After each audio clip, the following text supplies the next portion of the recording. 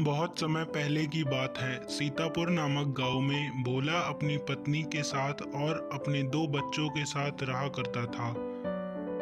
भोला बहुत गरीब घर से था।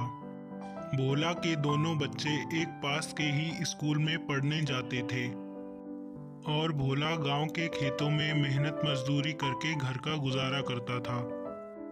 एक दिन भोला जब काम पर जा रहा था तब, उर्मिला, मैं आज काम पर जा रहा हूँ और शाम को मुझे देर हो सकती है, इसलिए तुम सब लोग खाना खाकर सो जाना।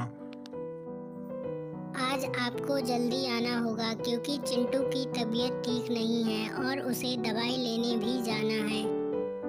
थोड़ी देर बाद भोला अपने काम की तलाश में निकल जाता है और वह आज मोनू के खेत पर जाने की सोच रहा था।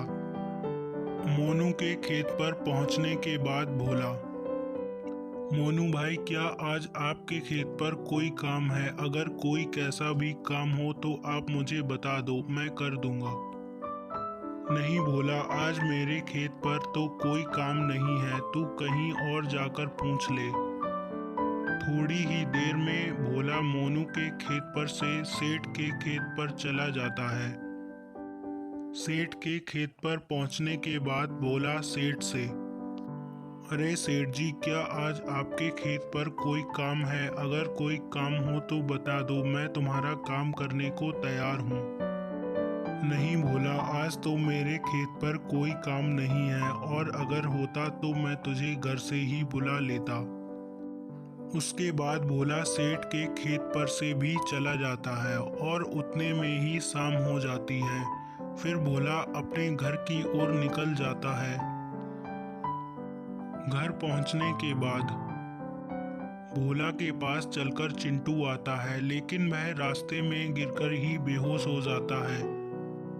भोला अपने लड़के चिंटू को अस्पताल में भर्ती करवा देता है और उसका अच्छे से इलाज भी करवाता है। डॉक्टर, चिंटू को क्या हुआ है? क्या चिंटू को कोई गंभीर परेशानी हुई है तो मैं किसी अच्छे डॉक्टर से उसको दवा दिलवाऊं? नहीं भोला, तुम अब चिंटू को घर पर ले जाओ और घर पर ले जाकर चिंटू की सेवा करो। थोड़े ही दिन बीतते हैं कि चिंटू की अचानक से मृत्यु हो जाती है। अब भोला और भोला की पत्नी और भोला की लड़की घर में अकेले रह गए थे। उर्मिला, अब हमें कुछ दूसरा व्यापार कर लेना चाहिए। उर्मिला फिर अगली सुबह एक सेठ के घर जाने का सोच रही होती है। फिर वह एक सेठ के घर चली जाती है। आओ उर्मिला, तुम इतनी परेशान क्यों दिख रही हो? सेठ जी, आज मुझे आपके पैसों की बहुत ज़्यादा ज़रूरत है। अगर आप मुझे कुछ पैसे उधार दे दें तो मैं कुछ अपना नया व्यापार शुरू कर लूं।